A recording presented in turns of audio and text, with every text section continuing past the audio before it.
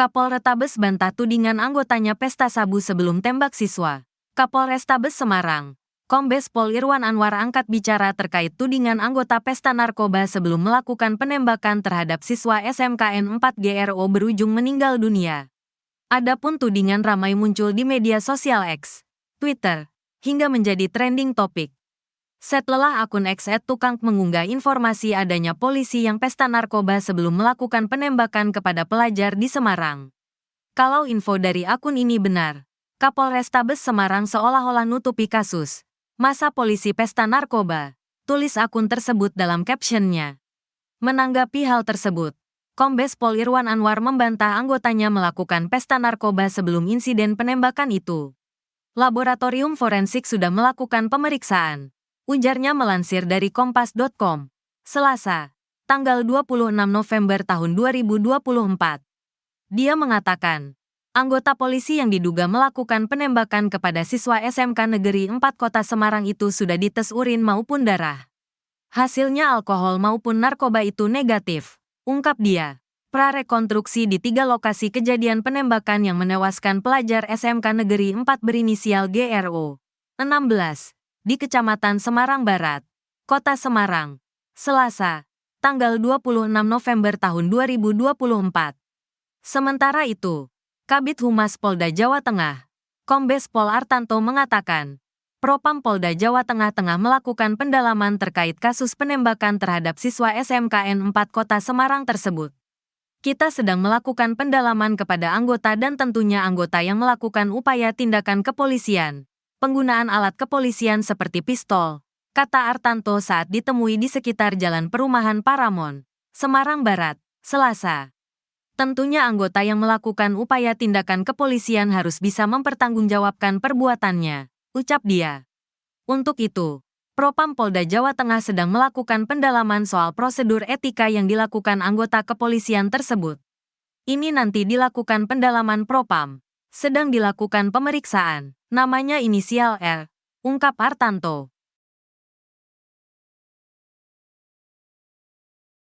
Kejanggalan kasus polisi tembak pelajar di Semarang hingga tewas. Terungkap sejumlah kejanggalan kasus pelajar SMK ditembak mati Aibda RZ, oknum polisi anggota Sat Narkoba Polrestabes Semarang. Peristiwa polisi menembak mati pelajar berinisial GRO, 16, itu terjadi di depan Alfamart Jalan Candu Penataran Raya, Ngalian, Kota Semarang, Minggu, tanggal 24 November tahun 2024, dini hari. Tak hanya GRO, 2 teman satu sekolah korban masing-masing berinisial SA, 16, dan AD, 17, mengalami luka yang sama tetapi nyawa mereka masih tertolong. Korban GRO sempat dilarikan ke Rumah Sakit Karyadi Semarang sebelum akhirnya meninggal dunia. Lembaga Bantuan Hukum, LBH, Semarang menilai ini kasus extrajudicial killing atau pembunuhan di luar hukum. Betul, polisi melakukan rekayasa dan kronologi yang kemudian seolah-olah extrajudicial killing yang kemudian dibenarkan padahal tidak boleh polisi serta-merta melakukan penembakan, kata Direktur Lembaga Bantuan Hukum, LBH Semarang, Syamsuddin Arif, Selasa, tanggal 26 November tahun 2024. Menurut dia, polisi diduga melakukan rekayasa kasus pembunuhan korban. Korban yang tak memiliki catatan kriminal maupun catatan kenakalan di sekolahnya tiba-tiba dituding sebagai anggota gangster yang gemar tawuran dengan membawa senjata tajam. Kasus diarahkan ke tawuran tentu ini sebagai cuci tangan polisi yang kemudian mengangkat bahwa ini kasus gangster yang meresahkan di Semarang, lanjutnya.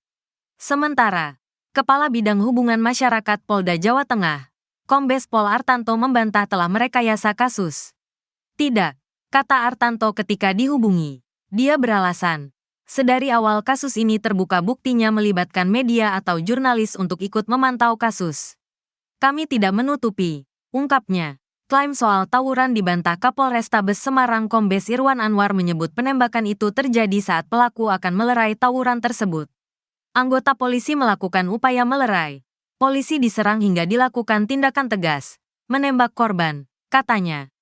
Bantah korban gangster Irwan menuding korban merupakan anggota gangster Pojok Tanggul yang tengah melakukan tawuran dengan gangster Seroja. Pernyataan Irwan tentang korban anggota gangster dibantah pihak sekolah. Kalau korban tergabung gangster kami tidak tahu. Namun, rekam jejak mereka, korban itu baik dan berprestasi. Jadi dihubungkan ke gangster, kesimpulan kami ya tidak. Terang staf kesiswaan SMKN 4 Semarang. Nanang Agus B. Keluarga korban menutup diri. 3 keluarga korban penembakan pelajar SMKN 4 Semarang oleh Aibda RZ anggota Satres Narkoba Polrestabes Semarang memilih menutup diri. Tribun menemui 3 keluarga ini. Namun, mereka memilih menutup pintu. Gelagat polisi cegah wartawan tanya korban. Ade sempat buka suara saat proses prarekonstruksi kasus ini di dekat perumahan Paramount Semarang. Ade dalam keterangannya mengaku berboncengan motor bertiga termasuk dengan korban GRO. Saya tidak ikut gangster. Di kejadian ini hanya pertama kali ikut. GRO ikut gangster, katanya. Dia mengungkapkan tidak tahu adanya kejadian penembakan ke GRO. Saya malah kena tembak, kena bagian dada. Saya lihatin tapi sekilas saja. Itu cuma meleset dan akhirnya masuk ke tangan Satria, katanya. Kejadian penembakan ini persisnya ketika dia lagi mengejar tawuran ke arah Gunung Pati. Saya putar balik ada orang nodong pistol, ungkapnya singkat. Ketika keterangan Ade hendak diulik lebih dalam oleh para jurnalis, Ade malah ditarik polisi ke mobil. Selepas itu Ade lekas dibawa polisi ke mobil. Sudah ya, sudah, kata polisi berkaos preman itu ketika di lokasi. Pakar kriminologi kecam polisi tembak mati pelajar. Pakar kriminologi Universitas Diponegoro Budi Wicaksono kecam penembakan GRO 16 siswa SMK 4 Semarang yang dilakukan oknum polisi. Budi mengatakan tindakan tegas yang dilakukan polisi seharusnya dilakukan secara terukur. Polisi seharusnya melepaskan tembakan peringatan terlebih dahulu ke arah atas. Dia tidak membenarkan polisi menembak pelaku kejahatan ke arah pinggul. Harus tembak atas dulu, kemudian tembak tanah. Jika pelaku masih menyerang bisa tembak kaki, tuturnya kepada tribunjateng.com, Senin, tanggal 25 April tahun 2024.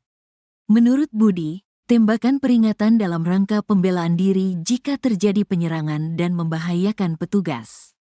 Namun demikian tidak semua penyerangan yang dilakukan pelaku bisa diambil tindakan tegas. Ukuran penyerangan seperti, misalnya saya mendekati polisi tanpa bawa senjata, polisi tidak perlu takut melakukan tindakan tegas dengan penembakan. Maksud saya jika kejadiannya membahayakan nyawa baru diambil tindakan tegas, jelasnya. Budi tidak membenarkan tindakan tegas terhadap anak di bawah dengan menembak.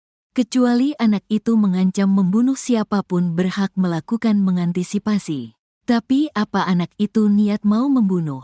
Apa dia membawa celurit, membawa pistol, bawa bendok, tuturnya? Ia mengatakan polisi yang melakukan penembakan itu seharusnya ditindak. Polisi itu dikenakan sanksi etik.